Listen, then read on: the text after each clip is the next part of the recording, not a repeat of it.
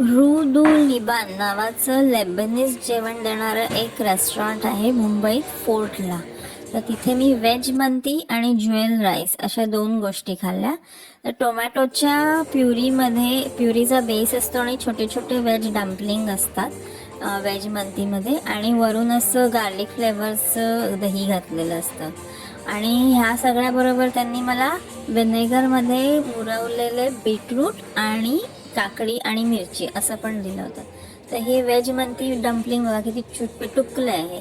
ह्याच्या जनरली हे चिकनचं असतं, पण हे मी व्हेज ऑर्डर केलं तर ह्याच्या आतमध्ये पनीर आणि पालकचं मिश्रण होतं आणि हे प्रचंड टेस्टी होतं, खूपच टेस्टी होतं.